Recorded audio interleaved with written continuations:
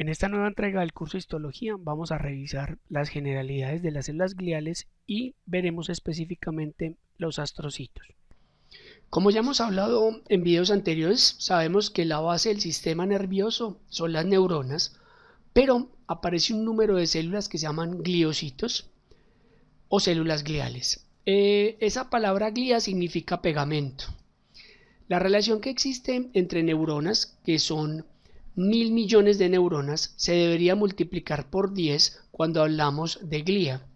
Eso equivaldría a 10.000 millones de células gliales, las cuales soportan a las neuronas en todo lo que ellas hacen. ¿De dónde se originan las células gliales? Entonces, como vemos en esta imagen, las células gliales y las neuronas provienen de las células del ectodermo, de las líneas neurales. Vemos cómo se separan desde el punto de vista genético a neuronas y a precursores gliales, y esos precursores gliales se llaman también células radiadas o radiales. De allí empiezan a aparecer toda la gama de células gliales que vamos a ver a continuación, y veremos cómo ellas están emparentadas entre sí por un ancestro común. Otra de las propiedades que tienen la glía es que carecen de axones, o sea, son células anaxónicas. Adicional a esto, las células gliales, como vemos aquí en la animación, tienen capacidad de hacer mitosis, o sea que se regeneran, a diferencia de las neuronas que no tienen capacidad mitótica. Las células gliales se clasifican según su ubicación. Vemos, por ejemplo, que en el sistema nervioso central vamos a encontrar 4 tipos de células gliales, que son los astrocitos, los oligodendrocitos, las células ependimarias y la microglía. A su vez, en el sistema nervioso periférico vamos a encontrar 2 tipos de células gliales, que son las células de Schwann y las células satélite. Comencemos entonces con los astrocitos. Sin lugar a dudas, la glía más importante a nivel del sistema nervioso central, porque como vemos aquí tiene muchas funciones y hay varios tipos de astrocitos. Los astrocitos son las células gliales más grandes.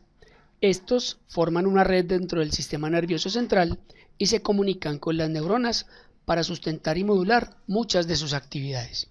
Su forma, como vemos acá, es estrellada y tiene muchas proyecciones en forma de dedos, conocidas como proyecciones digitiformes, dándole una morfología dendrítica.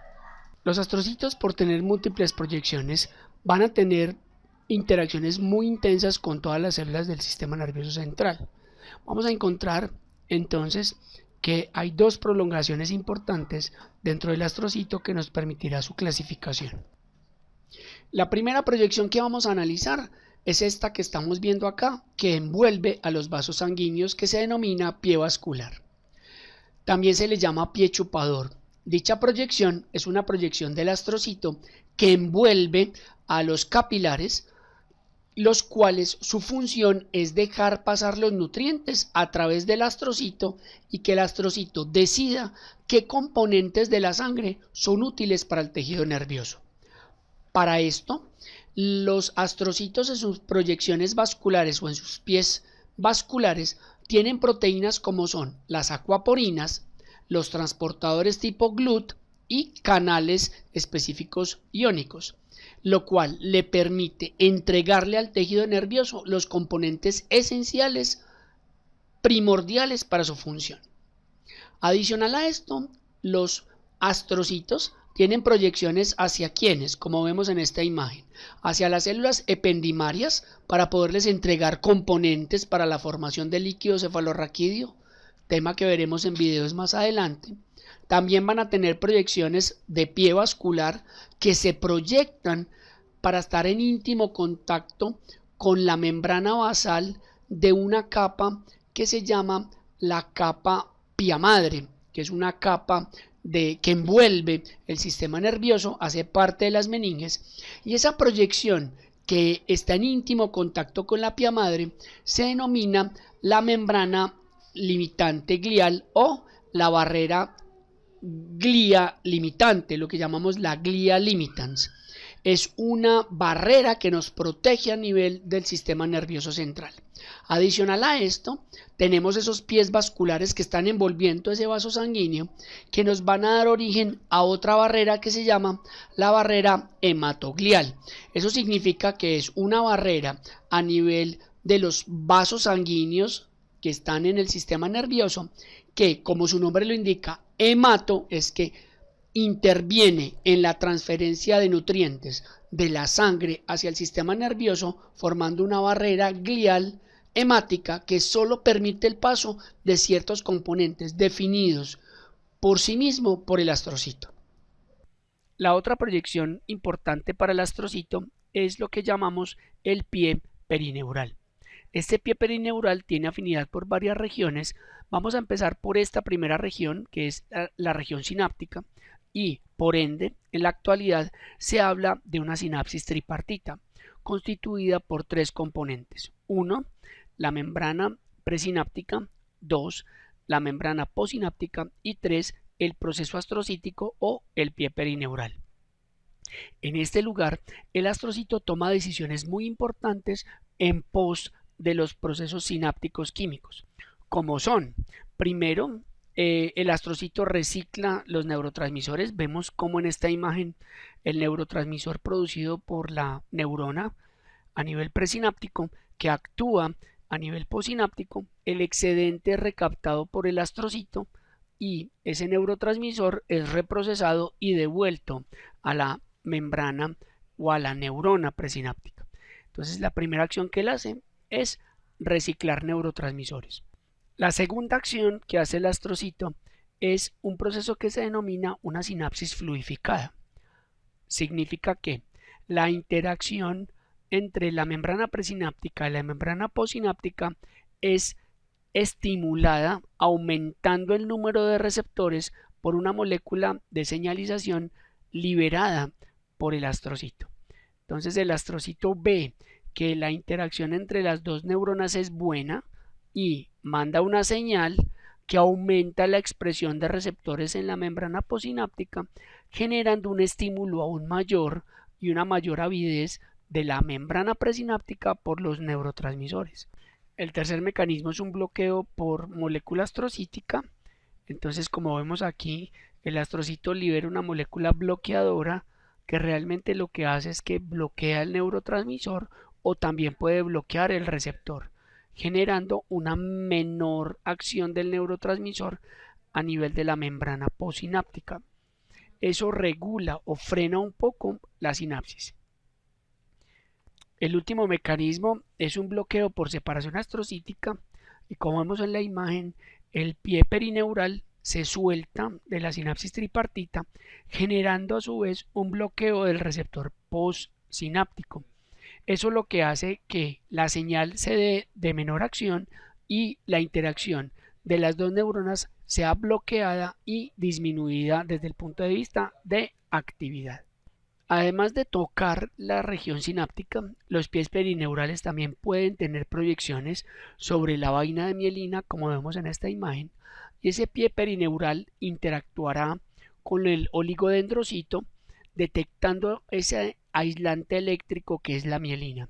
A su vez, el pie perineural puede tocar el nódulo Rambier para ver la intensidad de la señal que atraviesa ese axón y poder concretar con sus proyecciones perineurales sinápticas la intensidad de la señal.